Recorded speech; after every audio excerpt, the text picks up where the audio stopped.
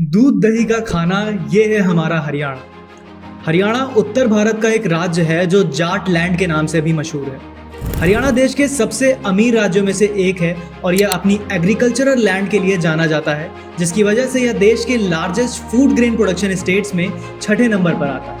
हरियाणा को ऐतिहासिक पहचान उसके शहर कुरुक्षेत्र, जहां महाभारत युद्ध हुआ, और पानीपत, जहां इतिहास की अहम लड़ाइयां लड़ी गई, से मिलती है। साथ ही हरियाणा ने खेल जगत में भारत को अंतर्राष्ट्रीय स्तर पर खूब सम्मान दिलाया। ऐसी और भी कई खासियतें हरियाणा की, जिसकी वजह से इस राज्य का राष्ट्रीय स्तर पर बहुत महत्व है। हरियाणा के बनने के पीछे एक इतिहास है और इसके बनने के बाद भी इसकी राजनीति में कई राज हैं। हरियाणा के बारे में आप सब ने अभी तक बहुत कुछ सुना होगा, उसकी भाषा, संस्कृति, नेता नगरी, जमीन विवाद आदि। तो आइए अब जानते हैं हरियाणा की पॉलिटिक्स और नेताओं की पॉलिटिक्स के बारे में। हरियाणा राज्य की स्थापना 1 नवंबर सन 1966 में पंजाब से अलग होकर हुई, क्योंकि हरियाणा पहले पंजाब प्रांत का हिस्सा हुआ करता था। आज इस राज्य को बने हुए 58 साल हो चुके हैं। अब चलते हैं इस राज्य के राजनीतिक सफर की ओर। हरियाणा के पहले मुख्यमंत्री बने पंडित भगवत दयाल शर्मा। इनकी सरकार 143 दिन तक रही, फिर सत्ता परिवर्तन हुआ और दूसरे मुख्यमंत्री बने राव बीरेंद्र सिंह, जिन्होंने 241 दिन तक पदभार संभाला। फिर हरियाणा में 183 दिनों तक राष्ट्रपति शासन लागू रहा। 1968 में हरियाणा का पहला विधानसभा चुनाव हुआ, जिसमें कांग्रेस पार्टी के चौधरी बंसीलाल मुख्यमंत्री बने, जिस दौरान हरियाणा में काफी बदलाव देखने को मिले। इसी वजह से कांग्रेस ने 1972 का चुनाव भी जीता और बंसीलाल फिर से मुख्यमंत्री बने। 1975 में बंसीलाल ने भारत के डिफेंस मिनिस्टर का पद संभाला और मुख्यमंत्री बन गए कांग्रेस पार्टी के बनारसी दास गुप्ता, जिन्होंने 1977 तक कार्यभार संभाला। 1977 में एक बड़ा राजनीतिक परिवर्तन हुआ। चौधरी देवीलाल ने जनता पार्टी की तरफ से चुनाव लड़ा और हरियाणा के पहले नॉन कांग्रेसी मुख्यमंत्री बने। चौधरी देवीलाल ने हरियाणा के मुख्यमंत्री का पद 2 बार संभाला। हरियाणा के लोग इन्हें सम्मान से ताऊ देवीलाल बुलाते थे। यह किसानों के एक बहुत लोकप्रिय नेता थे, जिन्होंने किसानों के मुद्दों को समझा और उनका राष्ट्रीय स्तर पर प्रतिनिधित्व किया। 1979 में भजनलाल बिश्नोई ने ताऊ देवीलाल की सरकार का तख्ता पलट किया और मुख्यमंत्री बन गए।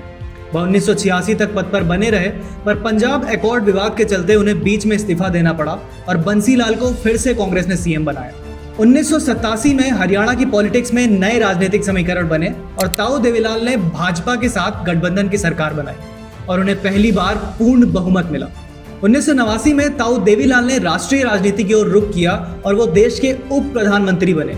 उस दौरान उन्होंने हरियाणा के मुख्यमंत्री के रूप में अपने बेटे ओम प्रकाश चौटाला को चुना। 1991 में अगला चुनाव हुआ और कांग्रेस के भजनलाल बिश्नोई फिर से मुख्यमंत्री बने।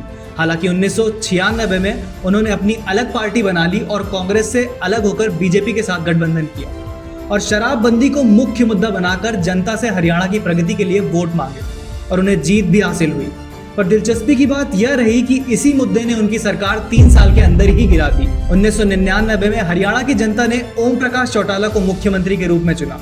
हरियाणा के राजनीतिक इतिहास में ओम प्रकाश चौटाला और उनकी पार्टी INLD जाटों की मुख्य पार्टी के तौर पर उभरी और ओम प्रकाश चौटाला 4 बार राज्य के मुख्यमंत्री बने। 2008 में उनके ऊपर शिक्षक भर्ती घोटाले का इल्जाम लगा, जिसके बाद 2013 में उन्हें जेल भी जाना पड़ा। फिर 2005 से 2014 तक कांग्रेस की सरकार रही, जिसमें भूपेंद्र सिंह हुड्डा मुख्यमंत्री रहे और हरियाणा के इंफ्रास्ट्रक्चर में अहम बदलाव देखने को मिले। गुड़गांव के डेवलपमेंट में भी कांग्रेस की हुड्डा सरकार का योगदान रहा।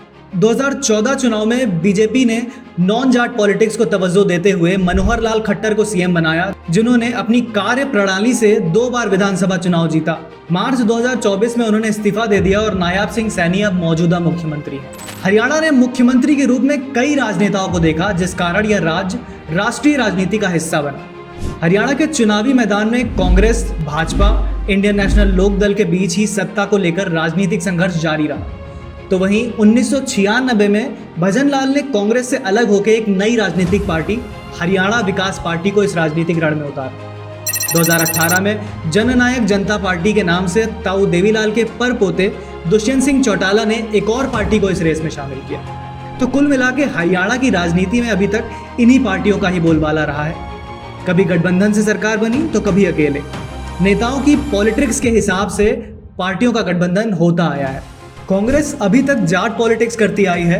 हरियाणा में जाटों की मेजॉरिटी है, इसलिए कई बार कांग्रेस ने हरियाणा में सरकार बनाई पर दूसरी ओर बीजेपी नॉन जाट पॉलिटिक्स करती है, यानी वो किसी एक कम्युनिटी पर बेस्ड पॉलिटिक्स नहीं करती, बल्कि सारी कम्युनिटीज से अपने नेता चुनती है। जैसे कि मनोहर लाल खट्टर पंजाबी खत्री समाज से आते हैं और नायाब सिंह सैनी सैनी समाज से आते हैं। हरियाणा में इतने वरिष्ठ नेताओं के सीएम होने के बावजूद वहां आज भी कुछ समस्याएं ऐसी हैं जो तब से चली आ रही हैं जब से हरियाणा का निर्माण हुआ। हालांकि कई समस्याओं पर सरकारों ने काम किया, लेकिन कई ऐसी समस्याएं भी रहीं जिनका समाधान निकालने का सरकारें वादा तो करती रहीं पर उस पर अमल नहीं कर पाई। हर चुनाव में वही मुद्दे दोहराए जाते हैं और उन्हीं के इर्द गिर्द राज्य की पॉलिटिक्स और नेताओं की पॉलिटिक्स जारी रहती है। जैसे कि महिलाओं के खिलाफ अपराध, पुरुष और महिला के लिटरेसी रेट के बीच अंतर, लेस गर्ल चाइल्ड रेशियो, पराली जलाना, ग्राउंड वाटर लेवल में गिरावट, लिमिटेड स्टेट डेवलपमेंट, किसानों के मुद्दे जैसे किसान कर्ज माफ़ी, MSP, कानून व्यवस्था, वृद्ध पेंशन, एक्सेसिव फार्मिंग और फर्टिलाइजर्स का गलत तरीके से इस्तेमाल, नगर निकाय की स्थानीय समस्याएं आदि। इनमें से कुछ समस्याएं ऐसी हैं जो हरियाणा की छवि को ठेस पहुंचाती हैं और एक अग्रणी राज्य बनने में बाधा पैदा करती हैं। ये मुद्दे हरियाणा में चलते ही आ रहे हैं और इनमें खास सुधार कोई सरकार नहीं ला पा रही। दावे तो सब करते हैं पर उनको पूरा कोई नहीं करता।